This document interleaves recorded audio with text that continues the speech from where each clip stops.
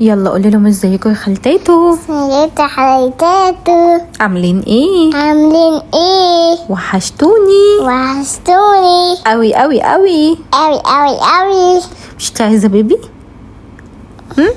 لا مش عايزه بيبي؟ مش قلتي عايزه بيبي؟ لا مش عايزه؟ ليه مش عايزه بيبي جديد؟ ليه؟ زي ما سمعت الصغنن عاوز هو اللي يفضل صغنن وعاوز هو اللي يفضل بيبي بالنسبه لي، ولما تيجي تستعبط كده وتعمل حركات اياه تقول لي انا لسه بيبي، انا لسه صغيره. المهم خليني في البدايه اقول لكم بسم الله ولا حول ولا قوه الا بالله. اللهم صل وسلم وبارك عليك يا حبيب الله. بشارككم يومياتي بكل تفاصيلها زي ما انتم متعودين معايا اخواتي حبايبي بقى. بصي يا ست الكل، هنا قناة عالم نور 33، فانا هحتاجك لو انت مش مشتركة فيها تشتركي وتفعلي زرار الجرس وتحطي لايك حلو كده زيك عسل، وتصلي على الحبيب في التعليقات عشان قلبك يطيب. صلي على النبي كتير ودعي لي دعوة حلوة كده بظهر الغيب ان ربنا يعني يشرح قلبي كده ويرزقني بالبيت الواسع الفسيح، يرزقني باكتر يعني بكل حاجه بتمنيها. انا هتكلم معاكي بما يرضي الله، ومش عارفه انا تفكيري صح ولا غلط، عشان يعني بصوا مش عايزه ادخل بقى في مشاكل ومتاهات وجدال وحاجات زي كده. انا هجيب لك الموضوع بالمختصر المفيد. يا نور مش بتفكري تخوي عمر؟ يا نور مش ناويه تخلفي تاني؟ يا نور امتى تخوي ابنك؟ يا نور حاجات كتير بقى ماشي، واسئله كتير من الموضوع ده. طبعا انتوا فاكرين ان انا مش بفكر في الموضوع، كنت فتحت معاكم قبل كده واتكلمت يعني باللي انا حاساه جوايا وقد ايه عمر غلبان وان هو لما يكبر هيتبهدل والكلام ده كله. انا عايزه اقول لكم ان لو انا فكرت يعني بعقليه اكبر شويه يعني كرست كل تفكير الموضوع ده، صدقوني هيسيطر عليا، بس انا تركه الموضوع من دماغي خالص. ليه بقى؟ لاني اكتشفت ان بسم الله ما شاء الله اللهم بارك لما بيكون الولد بكري واللي جاي بعده بنات هو بيكون غلبان ماشي، والبنات لما بتطبع باطباع الولاد شخصيتها بتبقى اقوى، لان في الطبيعي ما شاء الله اللهم بارك البنات دماغها بتكون شغاله عن الولاد شويه. فانا عندي بقى في كده ايه زي اتحاد، يعني البنات متحدة على عموري، وعندي ما شاء الله اللهم بارك تيتوية ما شاء الله اللهم بارك اللهم بارك. انا معرفش بقى هل هي اكتسبت حاجات زيادة، شخصيتها اتغيرت كبرت الله اكبر معرفش، بس هي بقت يعني عمر بالنسبة لها بقى غلبان بجد. يعني عمر ممكن اسيطر عليه، ممكن اتكلم معاه يعني اغير تفكيره، انما هي لا، لو شبست رأيها على حاجة بيبقى صعب التعامل معاها.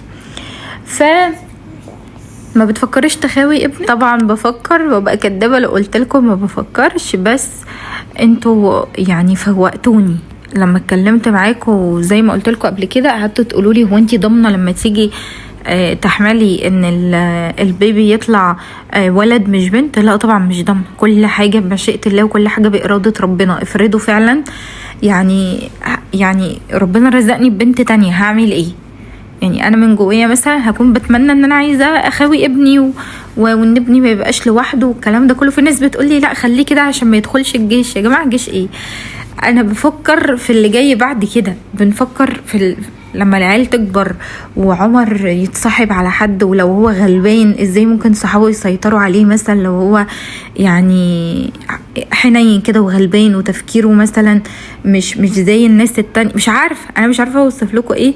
بفكر بس هل يعني ممكن ان انا اخد التجربه دي تاني؟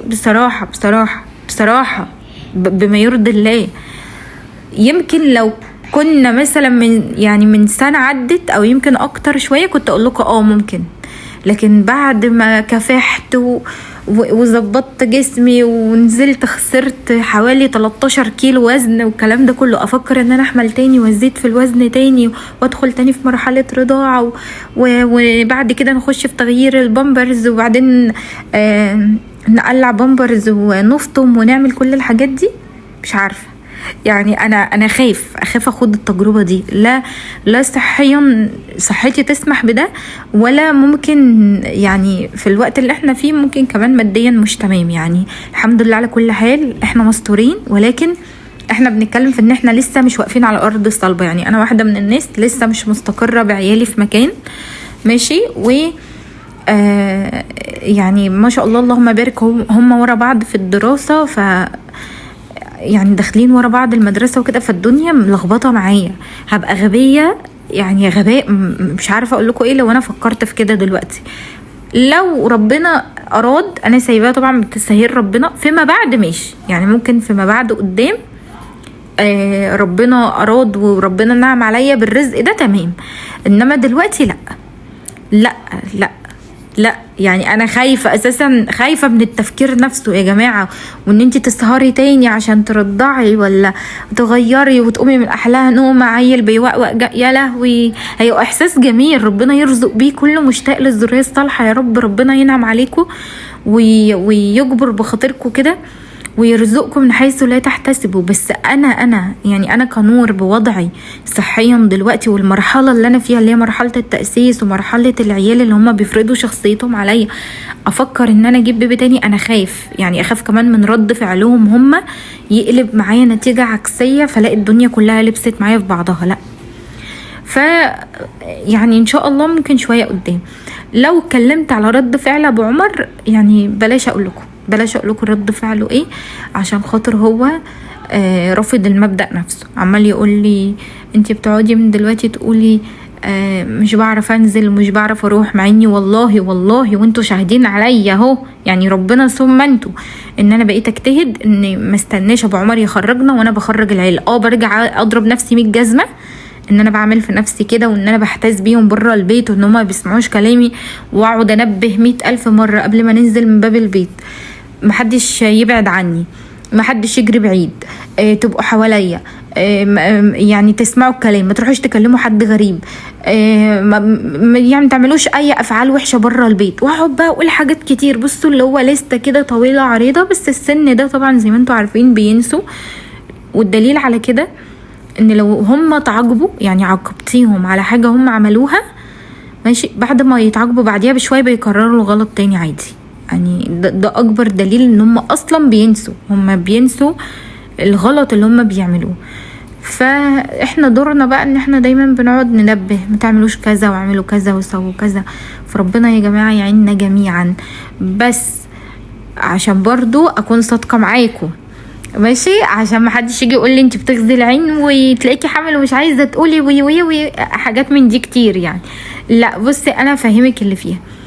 انا برضو يعني هحط في المقام الاول سني طبعا اول حاجه، لان يا جماعه برضو انا يعني الى حد كبير انا مش صغيره، ده رقم 1. رقم 2، مش عايزه عيالي يكونوا كبار قوي، ويكون الفرق في السن ما بينهم لو في بيبي تاني يكون كبير. يعني مش عايزه يكون في فاصل السنين كبيره والكلام ده، لا مش برضو مش ده تفكيري، فاهميني؟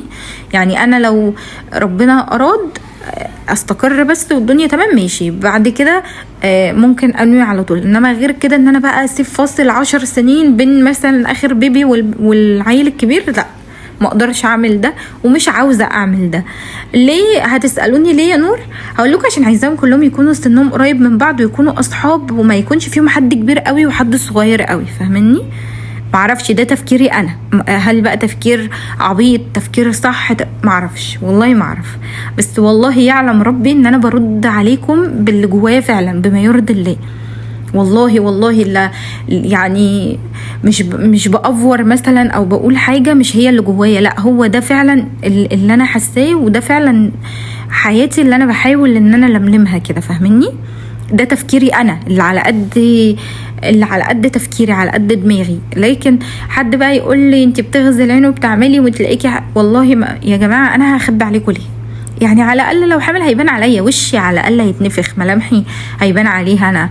انتوا شايفين شكلي بعمل ازاي؟ بطلع معاكم لايفات على طول، يعني باين عليا قوي الخساسين بسبب ان انا نزلت وزني. فلو حامل مش هخبي عليكم. ده برضو يعني بمناسبه الاسئله اللي بتجيلي كتير، انت حامل. والجديد دلوقتي واحده داخله تقول لي انت اتطلقتي، انت اعلنتي طلاقك. والله العظيم بشوف حاجات غريبه ماشي. ف يعني الحمد لله، ربنا يا رب ما يغير عليا ولا عليكم ابدا، وربنا يا رب يهدي سرنا. ويحسن ما بين ايدينا ويرزقنا بكل حاجة نفسنا فيها يا رب العالمين. ربنا يوسع علينا ويكرمنا ويحسن ما بين ايدينا. والله العظيم والله انا بدعي لكم زي ما بدعي لنفسي بالظبط، ربنا شاهد عليا.